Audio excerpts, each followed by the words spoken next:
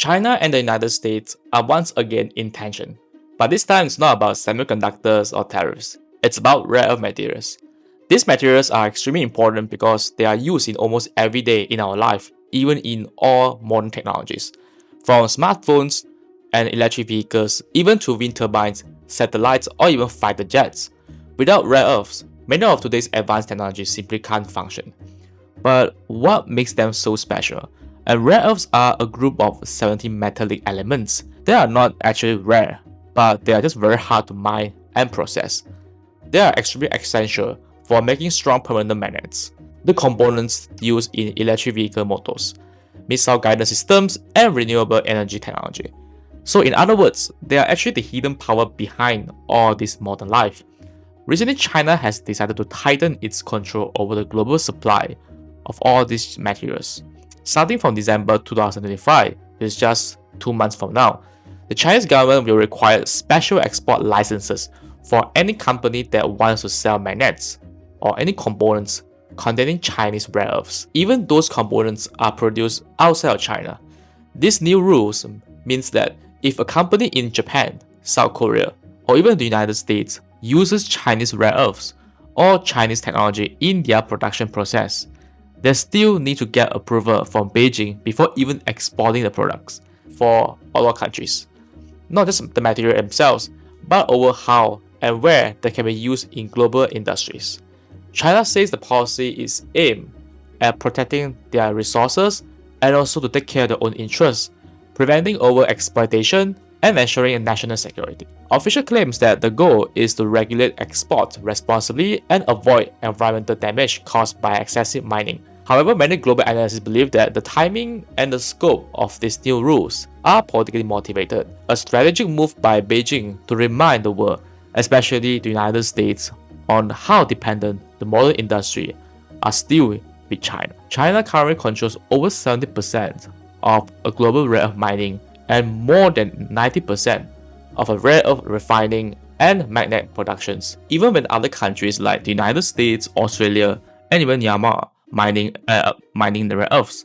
But most of the raw materials still need to be sent to China for processing because China has the most advanced refining technologies and lowest production costs, which comes to the main point for business.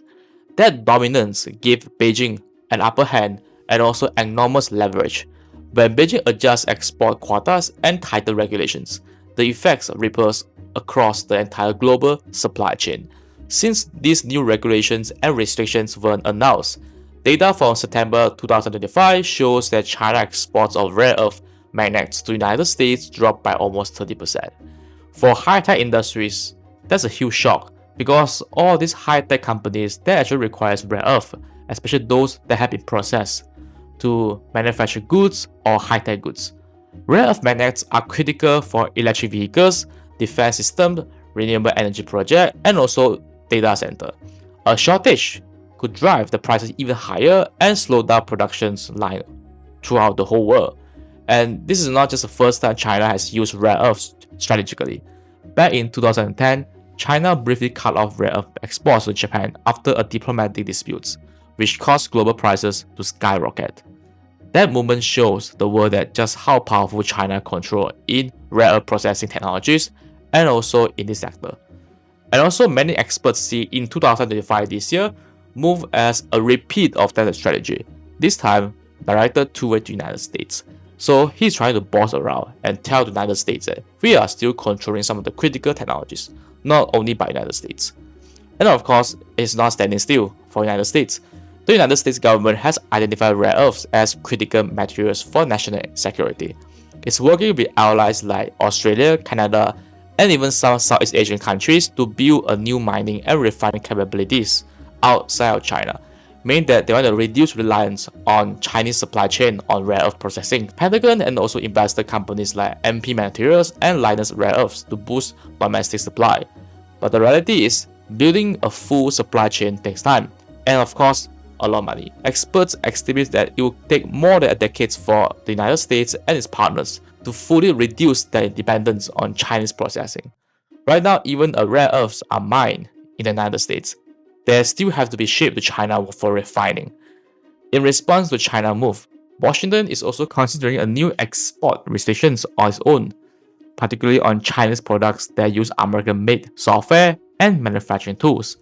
Many analysts believe that this could lead to another round of trade retaliation, similar to semiconductor export bans that started in the year 2022. It's very interesting to see that this rare earth tension is heating up just before a planned meeting between Donald Trump and also Xi Jinping.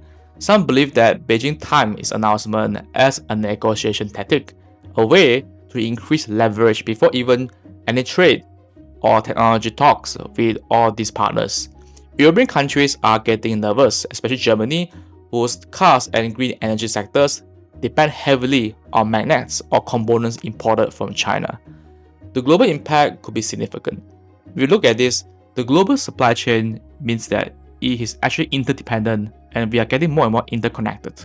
If China decides to delay or reject export licenses, it could actually disrupt the production of electric vehicles, wind turbines, defense equipment, and even consumer electronics that we are using every day. Supply chain delays could cause prices to rise and slow down the green energy transition in many countries. Southeast Asia countries like Malaysia and Vietnam are also being looked as a potential alternative hubs for refining or assembling rare earth materials. But these countries face their own challenges, like they're talking about environmental issues, high costs, and of course the risk of becoming caught between United States and China rivalry. So in a very simple term, the rare earth have become one of the China's most powerful cards in the global trade technology game, and also of course from a geopolitical perspective. By controlling this crucial part of supply chain, China has influence that reaches far beyond its borders.